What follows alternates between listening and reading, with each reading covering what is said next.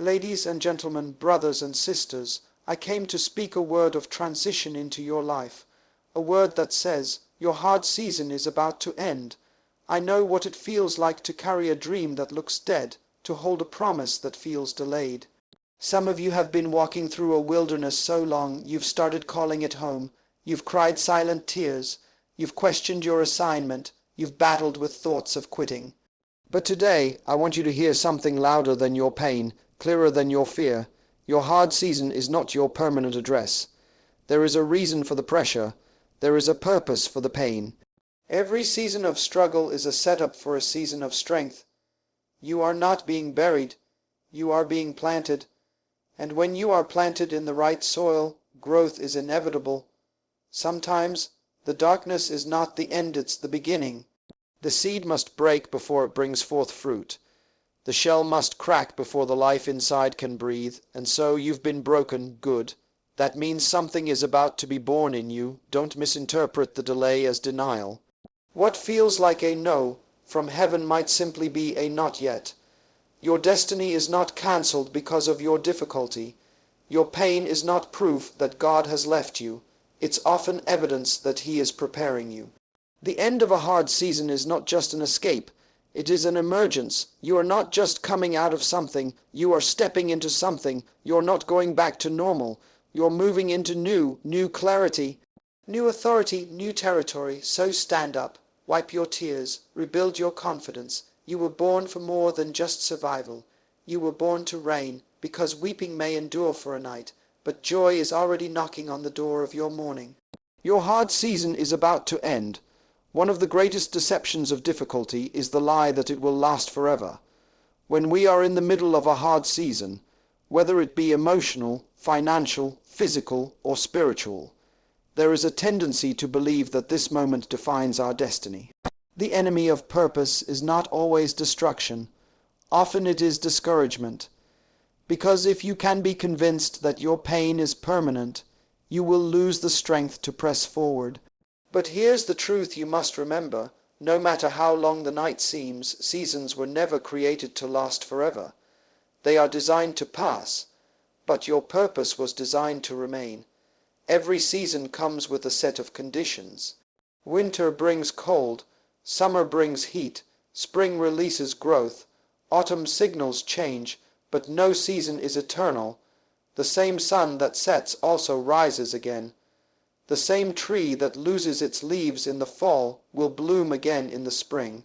And if nature itself is governed by rhythms of change, why would your life be any different? Your hard season is not the conclusion of your story. It is the chapter that proves your resilience. It is the testing ground where your purpose is not only preserved but refined. We often misread seasons as identity. We go through loss and call ourselves broken. We endure failure and call ourselves unworthy. But who you are in the storm is not who you are forever. If you're not careful, you'll confuse what you're going through with who you are. But your identity is not seasonal. Your identity is eternal. You were born with purpose. Before you were formed in your mother's womb, purpose was already coded into your spirit. Your Creator doesn't respond to your situation. He responds to your destiny. The season may shift, but His plans for you do not. The danger of a hard season is not just the pain. It's the pause. It's the stagnation that can settle in your soul. It's when you stop building, stop believing, stop becoming. But hear this, your season may be hard, but your life still has direction. Purpose is not seasonal. It doesn't fade in winter or intensify in summer. It remains steady, fixed, and immovable, just like the one who gave it. And that means your job in this season is not to figure everything out, but to endure with understanding. Understand that seasons are allowed by God, but purpose is assigned by God, and what God assigns, He sustains. In fact, purpose often requires seasons. Without winter, some seeds would never break. Without rain, some roots would never deepen. If you are in a dry or difficult place, don't assume you are outside of God's will. You may be right in the center of His strategy. Some of your greatest growth will not come during your best days, but during your hardest nights. It is in discomfort that character is carved. It is in wilderness that direction becomes clear. You learn more from the silence of God than you ever will from the applause of people. When God wants to mature you, He doesn't change your environment. He changes your endurance. He doesn't rescue you from every hard season. Sometimes He walks you through it so that your faith becomes fire-tested. He's not just building a blessing around you, He's building a backbone inside you, because purpose that can't endure pressure is not yet ready for promotion. You have to outlast the season to inherit what's beyond it. So don't pitch your tent in the valley. Don't build a house where God only called you to pass through. Don't memorialize the pain in a place that was meant to grow you. We are so quick to place identity on our current conditions. But when you understand the nature of seasons, you will stop reacting emotionally and start responding spiritually. You will say to your situation, "You are not my identity. You are only my context. I am passing through, not settling down." You have to learn to hold the line of faith even when the evidence around you doesn't agree, because purpose doesn't need confirmation from conditions. Purpose needs conviction, conviction that your life means something even in the dark. Conviction that even in silence you are being guided. Conviction that the pain you're feeling is not greater than the purpose you carry. And when you hold that conviction, the season loses its power to stop you. So many never walk into their next because they build a life around their last. They let the trauma become tradition. They let the loss define their language. But I declare this over your life. What was seasonal will not become permanent. What was meant to test you will not be allowed to trap you. You are moving forward, not because the season changed, but because you did. You got revelation, you got strength, you remembered who you were. You remembered whose you were, and when you understand that purpose is eternal, you stop bowing to temporary trials. Let the storm rage, let the winds blow. Your purpose is anchored beyond the season. And when the storm passes, and it will, you will still be standing, stronger, wiser, more focused, because you were never just surviving the season, you were becoming in it. There is something about pain that feels like punishment. It cuts, it isolates, it interrupts your plans. And yet, in the economy of the spirit, pain is not punishment. It is preparation. Every person who has ever stepped into greatness had to first walk through something that broke them. Promotion in the kingdom doesn't begin at the top. It begins in private places, hidden seasons, painful moments that feel like setbacks. But what if the very thing you're asking God to remove is the thing He's using to prepare you? What if the discomfort you're praying against is actually the classroom where destiny is being taught? People often admire the final product, but they don't understand the hidden process. They see the crown, but not the cave. They see the platform, but not the pressure. The truth is, there are no shortcuts to greatness. There are no microwave anointings. If you're going to be trusted with much, you must first be tested with little. And the test doesn't come when everything is going well. The test comes when everything around you is falling apart, when people walk away, when your name is forgotten, when your prayers seem unanswered. That's where God watches to see, will you serve with integrity when no one sees you? Will you stay faithful when the door doesn't open? Will you still believe when nothing makes sense? Promotion is not just a reward, it's a responsibility. And pain is how God trains your character to carry it. You don't carry a heavy mantle with weak shoulders. You don't carry influence without endurance. So He allows you to walk through fire, not to burn you, but to brand you, to put something inside of you that can't be learned from books or borrowed from mentors. There are lessons only pain can teach, not because pain is good in itself, but because of what it pulls out of you. Strength, endurance, compassion, vision, prayer, focus, things that success can never birth, but pain can deliver in silence. It's easy to think that when life gets harder, we've missed the path. But sometimes the hardness is the proof we're on the right one.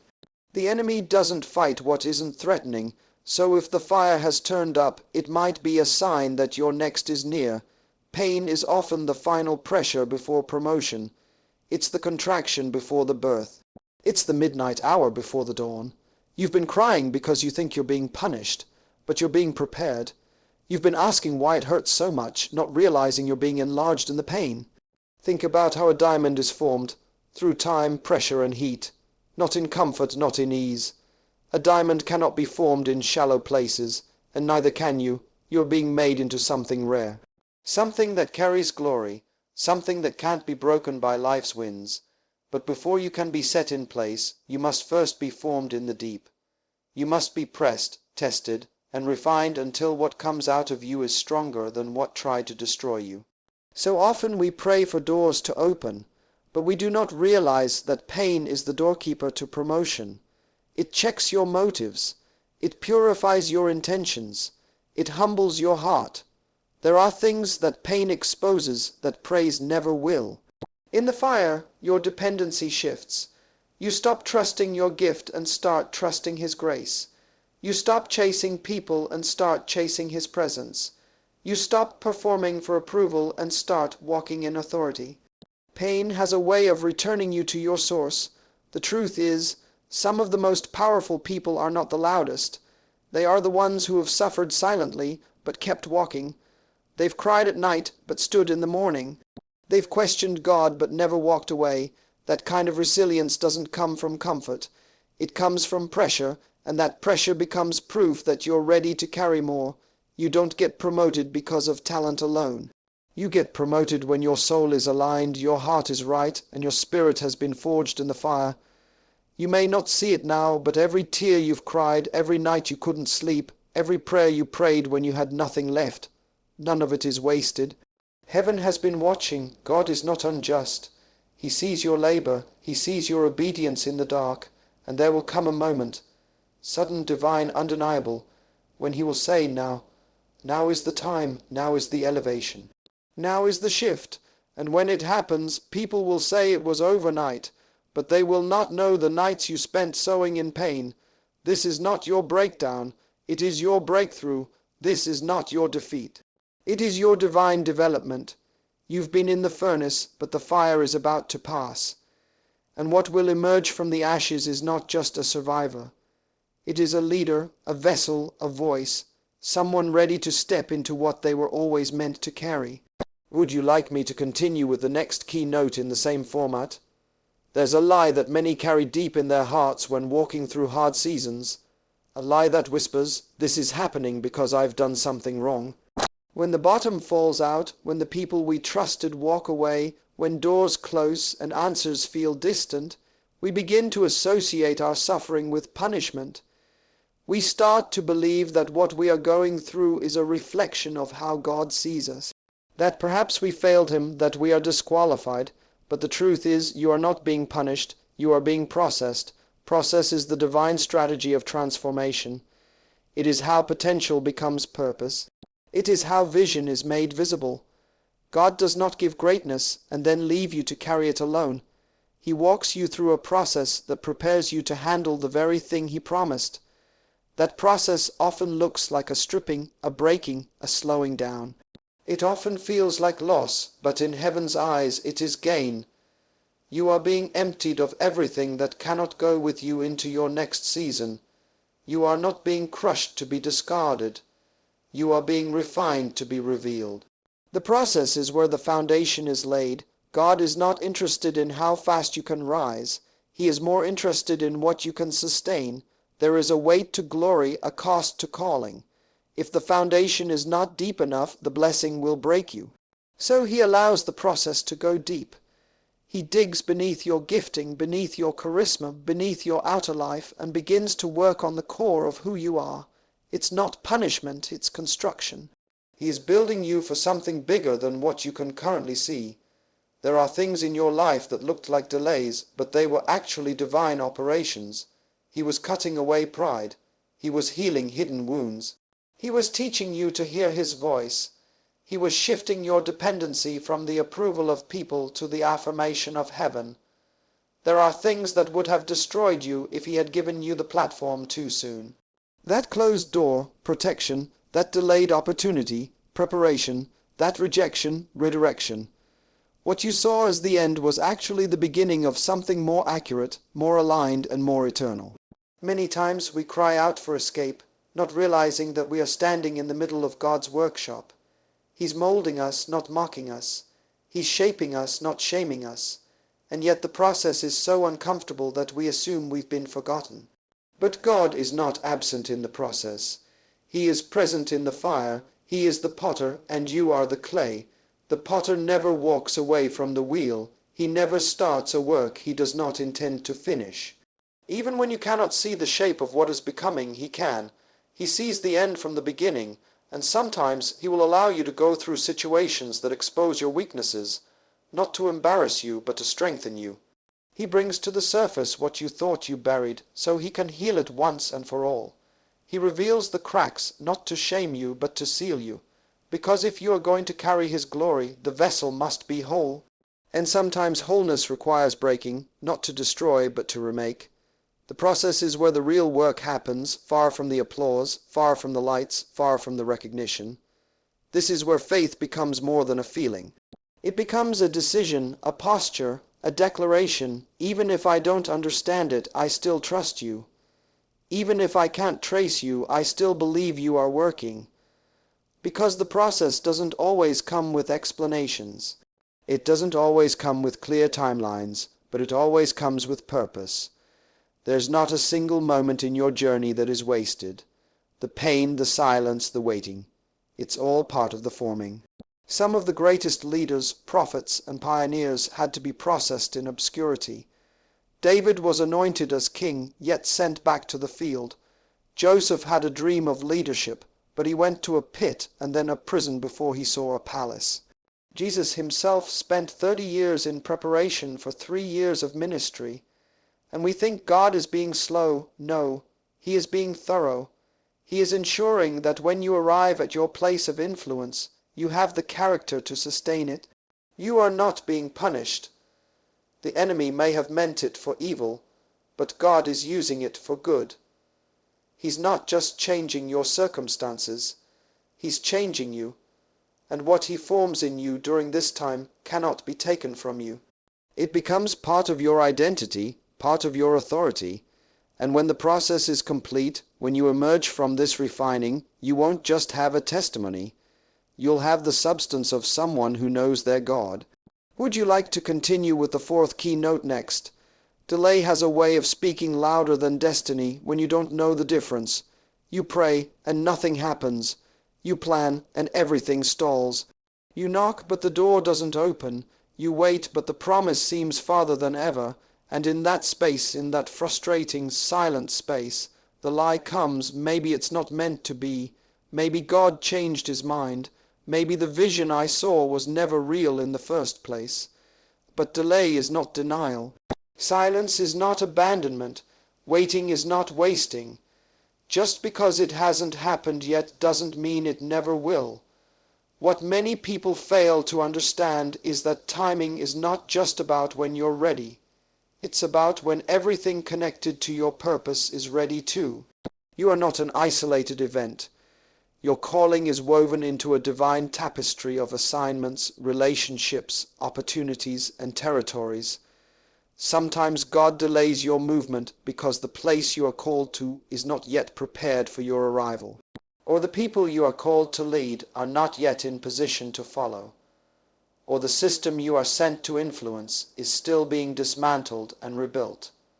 Heaven's timing is strategic. It is not emotional. God doesn't rush because we're uncomfortable. He moves when the alignment is perfect. There is a danger in mistaking divine timing for divine disapproval. Just because you're not seeing immediate results does not mean your obedience was pointless. Some seeds take longer to break through the ground, but once they do, they carry more fruit, more strength, more legacy.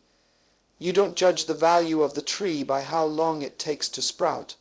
You judge it by the weight of what it will carry. And the same is true with your life. If it's taking longer than expected, it's not because you're forgotten. It's because what's inside you is worth the wait. The delay is not designed to frustrate you. It's designed to fortify you. It teaches you how to lean not on your own understanding but on His Word. It teaches you how to keep showing up even when there is no spotlight. It teaches you how to separate your identity from your performance. When you don't get what you expected right away, you learn to serve not for reward, but out of revelation, and that kind of service creates depth. It creates longevity. It creates maturity. The delay doesn't just prepare the destination. It prepares you. If you were to receive the fulfillment too soon, you might mishandle it. Your character might not be able to carry what your calling demands. You might compromise your values trying to keep what you weren't yet prepared to hold. There is mercy in the waiting. God delays to protect you, not punish you. He delays to make sure the version of you that steps into the blessing has been shaped, tested, and rooted. Because when the breakthrough comes, you won't have time to get ready. You'll have to be ready. There is also something deeply spiritual about a person who can trust God in the silence. When you keep worshipping, even when you don't see the evidence. When you keep building, even when no one claps. When you keep declaring, even when your environment contradicts the promise. That is faith, not in theory but in practice. And that is the kind of faith that moves mountains. That is the kind of faith that prepares atmospheres. That is the kind of faith God honors with manifestation. The delay is not a break in the plan, it is part of the plan. Abraham waited 25 years for a son. Joseph waited over a decade for his dream to materialize. Moses wandered 40 years before stepping into leadership. Even Jesus waited 30 years to begin his public ministry. Delay is not unique to you. It is a principle in the preparation of every great assignment. And if you study these lives closely, you'll see that when the time came, it came suddenly. When the door opened, it opened fully. When the shift happened, it was undeniable. What you are walking through right now may feel like a setback, but heaven sees it as staging. You are being positioned in silence for something public. You are being hidden so you can be revealed at the right time. There is a day marked on the calendar of heaven that carries your name, a moment when things will align, when the right people will appear, when the locked doors will open. And when it happens, it will not be because you forced it. It will be because you trusted through the delay. You believed when you had no reason to. You waited with expectation. You obeyed when no one applauded.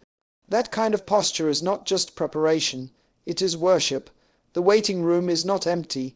It is full of shaping, full of growth, full of divine activity behind the scenes.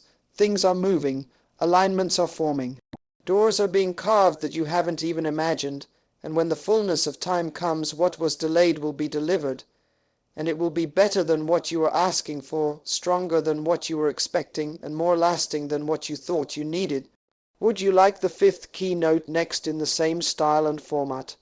There's something about darkness that causes even the strongest of us to question everything. It's not just the absence of light, it's the absence of clarity.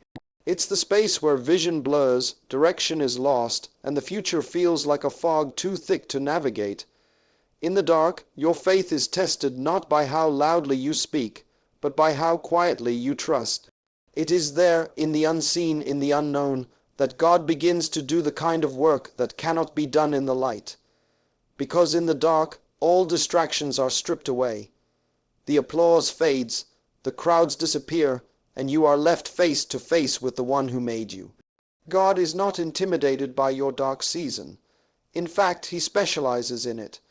He created the heavens and the earth not in full sunlight, but in the void.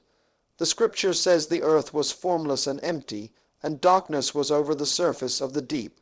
And in that darkness, the Spirit of God was hovering. He didn't wait for light to move. He moved in the dark. That same Spirit still moves today, and he still hovers over the chaos. The place that looks empty to you is not empty to him. It's fertile. It's full of potential. He does not require visibility to be active. He requires surrender. There is something holy about the dark. It is where God hides his most profound processes. Seeds grow in the soil long before they break the surface. Babies are formed in the womb before they ever breathe air. Metals are refined in the furnace before they become pure. And purpose is matured in obscurity before it is ever revealed in the open. You're not buried, you're planted. You're not lost, you're being rooted. And though you can't see progress, there's something happening beneath the surface. In the silence, in the stillness, in the mystery, God is forming strength, depth, and clarity in ways that only darkness allows. Most of us want to avoid the dark. We pray our way out of it. We rush to find light switches. We look for exits. But the dark is not your enemy. It is your transformation chamber. It is where God breaks the noise of the world off your ears and trains you to hear only his voice. It is where he turns down the volume of opinions and awakens the sensitivity of your spirit. It is where he rewires your identity, not based on what you do or how you're seen, but on who he says you are. That kind of formation can't happen in comfort. It happens in the cave. It happens in the night. If you are in a dark place right now, it does not mean you have failed. It means you are being trusted. God does not waste darkness. He uses it to work the kind of miracles that preparation alone cannot produce. In the dark, he builds integrity. He removes idols. He sharpens discernment. He teaches you to depend not on sight, but on revelation. And when it's time to come out, you don't just walk out. You emerge transformed, because the dark doesn't destroy you. It defines you. It separates those who perform from those who are authentic. It distinguishes those who seek platforms from those who seek purpose. It is in the dark that you learn how to walk by faith and not by sight. It's easy to believe when everything is visible, when results are immediate, when you're being affirmed constantly. But real faith is forged when nothing makes sense, when prayers are met with silence, when the path ahead looks closed. That's where faith becomes less about feelings and more about focus. That's where you stop leaning on circumstances and start leaning entirely on the Word. You begin to realize that the dark doesn't cancel the promise. It simply conceals it until the time is right. Think of Joseph in the prison, David in the cave, Elijah in the wilderness, Jesus in the tomb. Each one entered a dark place not as a punishment, but as part of the process, and each one came out with power, purpose, and authority. The prison didn't kill Joseph's dream, it positioned him for Pharaoh's palace. The cave didn't destroy David's anointing, it refined it. The wilderness didn't eliminate Elijah's calling, it renewed it. And the tomb didn't end Jesus' mission, it fulfilled it. If God allowed you to enter a dark season, it's because he has something too great to give you cheaply. He's forming in you a testimony, not just a story. He's building something in secret that will bless others in public. So if all you see right now is darkness, don't fear it, don't curse it, don't run from it. Recognize it, embrace it. God is still speaking in the dark. He is still working in the silence. His presence does not depend on daylight. His promises do not depend on your feelings. The dark might be part of your journey, but it is not your end. It is simply the place where glory gets its depth, where destiny gains its shape, where your spirit learns to rise even when your eyes cannot yet see. Would you like to continue with the final sixth keynote in the same voice and style? There are moments in life when everything feels like it's falling apart. Plans unravel, relationships fracture. The dreams you once held with confidence seem to slip through your hands like sand. You try to hold it all together, but it keeps collapsing, no matter how tightly you grip it. And in those moments, it's tempting to believe that you are breaking beyond repair, that somehow this is the end of everything you've built, everything you've believed. But what feels like breaking is often not the end. It is the beginning. It is not destruction. It is divine reconstruction. You are not being torn apart. You are being rebuilt from the inside out. When God begins to rebuild, he often allows the old to collapse so that the new can be born with clarity, strength, and truth. He cannot place his hand on what is built on false foundations. He will not endorse what is rooted in fear, ego, or insecurity. So when things begin to fall, it is not always the enemy. Sometimes it is God pulling down what cannot remain, because what he's building in you is too sacred to rest on anything shaky. If it's built on pride, it must fall. If it's built on compromise, it must collapse. If it's built on self-reliance, it cannot carry his glory. So he breaks, gently but thoroughly. The pain of breaking is real. There is no use pretending otherwise. It doesn't feel like a blessing when you're walking through the fire. It doesn't feel like strategy when you're surrounded by ashes. But even in that pain, God is present, and he does not break for sport. He breaks with precision. He breaks like a surgeon, not like a thief. Every cut has purpose. Every incision reveals something that needs healing, something that must be removed, something that has outlived its usefulness in your life. And though it hurts, it's a holy hurt. It's the kind of pain that leads to wholeness. It's the kind of sorrow that sets the stage for resurrection. Many people want transformation, but they fear the breaking. They want elevation, but not excavation. But the higher you go, the deeper the foundation must be. So God doesn't start by lifting you up. He starts by digging down. He removes the layers you've used to protect yourself. He exposes the lies you've believed about yourself. He confronts the attitudes that have limited you. And yes, it feels like your world is caving in, but it's actually His love in motion, because real love doesn't leave you as you are. Real love rebuilds you into who you were always meant to be. Sometimes the breaking happens in your identity. God allows everything that made you feel important to fade, so you can rediscover your worth apart from performance. Sometimes it happens in your relationships. He allows people to walk away, so you stop tying your peace to their presence. Sometimes it happens in your plans. He lets doors shut so that you'll finally seek the path He designed, not the one you invented. Each breaking, no matter how sharp, is intentional. And if you look closely, you'll realize that what He's breaking is not you. It's what's been blocking you. This process is not punishment. It's promotion in disguise. God is not trying to hurt you. He's trying to free you. He's removing the scaffolding so that what's built can stand on its own. He's stripping away the masks so the real you can rise. And when the dust settles, you'll see that you are still standing, not the old version of you, not the fragile, fearful performance-driven you, but the rebuilt you. The resilient, refined, rooted version who can walk into purpose without apology, who can carry weight without collapsing, who can lead without losing yourself. Think of the stories written in Scripture, men and women who were broken before they were blessed. Jacob was broken in the wrestling before he was renamed. Peter was broken in his denial before he was empowered to lead. Paul was broken in blindness before his mission was birthed. And Jesus was broken on the cross before he was raised in power. The breaking was not the end. It was the threshold. It was the portal through which something eternal entered time, and the same is true with you. The breaking you feel now is not to bury you. It is to bring forth the version of you that will bless the world. So don't curse the season that feels like breaking. Lean into it. Allow God to finish what He started. Let Him tear down the false so He can establish the true. Let Him rebuild what fear damaged, what pain distorted, what shame covered. You are not being dismantled to be discarded. You are being prepared to be displayed. When God rebuilds, He does not restore you to what you were. He restores you to what He always intended, stronger. Wiser, clearer, whole. Would you like the complete speech introduction or conclusion next to tie the 6 key points together? So if you've been walking through a season that feels heavy, a season marked by silence, delay, disappointment, or darkness, hear this clearly. Your hard season is not your final season. It is a passage, not a prison. It is a proving ground, not a grave.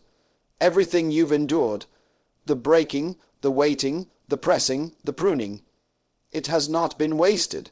Heaven has kept the record, and the time is coming when what was hard will make sense. What felt like a loss will reveal itself as protection. What seemed delayed will arrive right on time, and what you thought was breaking you was really the hand of God rebuilding you for greater. You were not created to be crushed. You were created to conquer.